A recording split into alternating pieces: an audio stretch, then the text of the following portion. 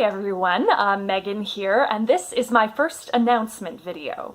So, as you may have guessed, if you've seen some of my previous videos, then you can see that I'm kind of an Anne of Green Gables fanatic. Like, I just love Anne of Green Gables. I love all the sequels. I love Lucy Maud Montgomery. I love all her books, well, for the most part. And I've read like hundreds of her short stories and her journals, and so I'm kind of very well steeped in that world, and it tends to come up in my other videos when I'm talking about other things. So I thought, why not embrace this? Why not actually start a series where I can put all this information that's gushing out of me? So I will be starting a series called All Things Anne. Kind of goes nicely, All Things Anne. And so I'm super excited about it. I don't exactly know how often I'll be posting videos. I have like so many topics that I could talk about. So every once in a while there'll be a video on Lucy Maud Montgomery or Anne or whatever. And yeah, so I thought I'd do this first video on that subject by talking about my own journey with Anne of Green Gables. So it started before my memory. Like, I never remember being introduced to Anne of Green Gables or being introduced to Ella Montgomery or introduced to the idea of this orphaned redhead. I never remember that. I just always knew her. So obviously I must have been told about her when I was like a baby or something. So my mom was a huge Anne fan. And yeah, she was the one who gave me my love for Anne. Now, you might not be able to tell in this lighting, but I actually have red hair, and pretty much, and it's actually, the shade of my hair is called Titian, named after the Italian artist Titian, who painted women with red hair, and it was this shade. It's hard to tell in this light, but now Anne Shirley, her hair color when she's an adult is Titian. So I was like, oh my goodness, like Lucy Maud Montgomery actually says her hair is Titian. So I'm like, I actually have the exact hair color as Anne. That's so cool. Yeah, my name is Megan, and I was actually named after Megan Follows, who played Anne Shirley in the quintessential adaptation by Kevin Sullivan. So that's also really cool. And one of my middle names is Anne, although I'm named after my grandma Anne, so I actually don't have an E in my Anne, which I am so sad about, but I'm like, my mom wanted to name me after my grandma, and I love my grandma, she's wonderful, so of course I can live without the E. I can also relate to Anne because I have an H in my name, so when people spell it wrong and they miss that H, it just kind of goes E, like, I really don't like that. That H is really important. And, but people have been getting it, they've been getting my name, the spelling of my name right more often since Meghan Markle, married Prince Harry. So that's kind of nice. I appreciate that. Yeah, so when I was about 4 years old, I hadn't even started kindergarten yet. I was 4. I remember going to see our community theater production of Anne of Green Gables, and it was the musical.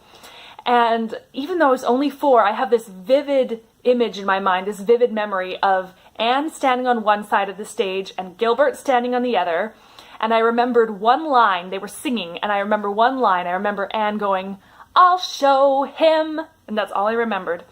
And then, I got the soundtrack a while later, and I saw it again on stage, and that was literally one of the lines. "I'll show him, I'll show that da-da-da-da-da," and then I don't know the rest of the words very well.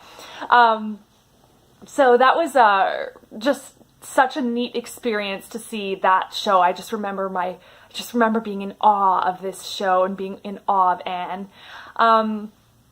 And so then I went on to read all the books, and I actually read them all out loud to my mom and my sisters, and I loved that. It was the books are just so good. Like, I love lots of different adaptations, and I hate lots of different adaptations, but the books are just so good. You can't go wrong with them. They're just so juicy. There's so much to them.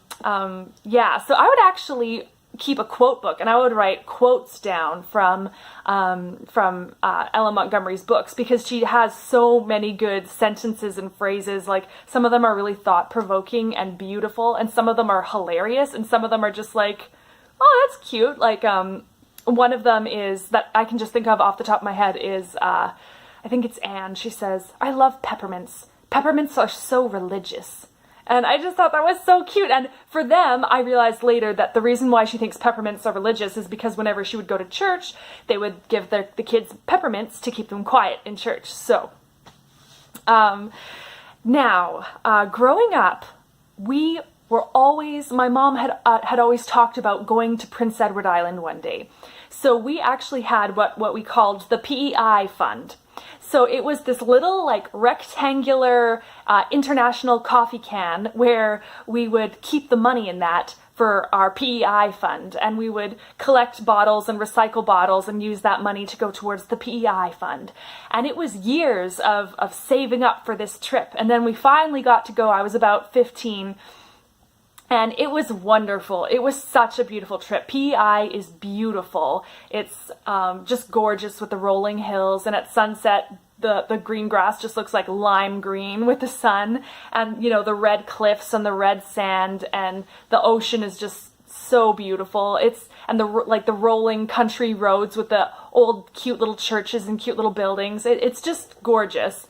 So I will show a picture of me standing in front of the Anne of Green Gables statue at the PEI Welcome Center.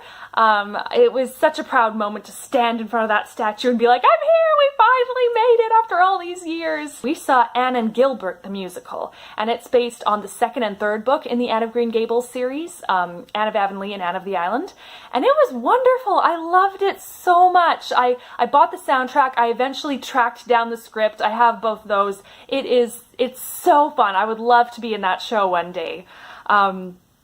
Yeah, so skipping back a little bit to when I was 14, so the year before we went to PEI, I discovered the audiobook of Rilla of Ingleside. So Rilla of Ingleside is the 8th book in the Anne of Green Gables series, the very last one, and it's about Anne's daughter Rilla during World War I.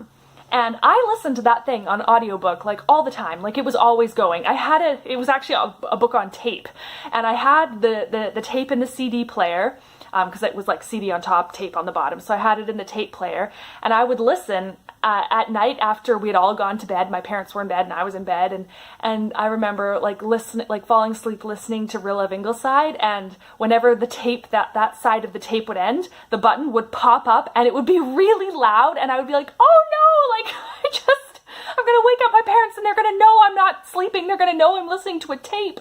So then I would try and have my fingers above the button, and so that by the end, just as it was finishing up and it would pop up, it would hit my finger so it wouldn't make that loud sound. Yeah, so I can quote that whole book. I know it off by heart, which yeah, it really came in handy when I played Rilla. I actually helped to co-write the Rilla of Ingleside script, and then I produced it, I marketed it, and I played Rilla. It was amazing. I'll probably make another video on that, but just so we're all clear, I didn't break any copyright laws because the Anne of Green Gables series is in the public domain. The only thing is that some of the phrases are trademarked. So the phrase Rilla of Ingleside is actually trademarked. You can use the content of the book, but that phrase is trademarked. So I actually changed the title of my play to Rilla of the Island. And it was a great experience. I'll probably I'll probably talk more about that another time. So, I have 4 bucket list roles. Rilla was one of them. I did that. And then I was like, I'm too old to be Anne. I'm too old. I've already played Rilla. It's never gonna happen. Well, it did end up happening. I did play Anne Shirley in Anne of Green Gables, and I'll probably do a video on that as well. And it was wonderful. It wasn't the musical version. It was a different play version, but it was actually a very strong adaptation. I really liked that adaptation. It was true to the book. It kept a lot of scenes that aren't in other adaptations, and it was so much fun. So then I guess it was a year and a half ago, maybe 2 years ago, I decided that I needed to finish up reading all of Lucy Maud Montgomery's books that I hadn't read before. So I did that. I read all of her novels. I read hundreds of her short stories. I read her journals. I'm still working on one. Actually, I'm going to finish one tonight. So I am very familiar with Ella Montgomery's repertoire. I've read biographies on her. I'm about to read a book called Ella Montgomery and War. So I love Anne of Green Gables. I feel like I am Anne in a lot of ways. Like, yeah, just a lot of things she says. Like, there are so many Annes in me. It would be much less troublesome if there was just one Anne that I could be all the time. And I'm like, yes, I totally relate to that. I feel like there are so many sides of me that it's complicated, and I don't always, I sometimes surprise myself, I guess.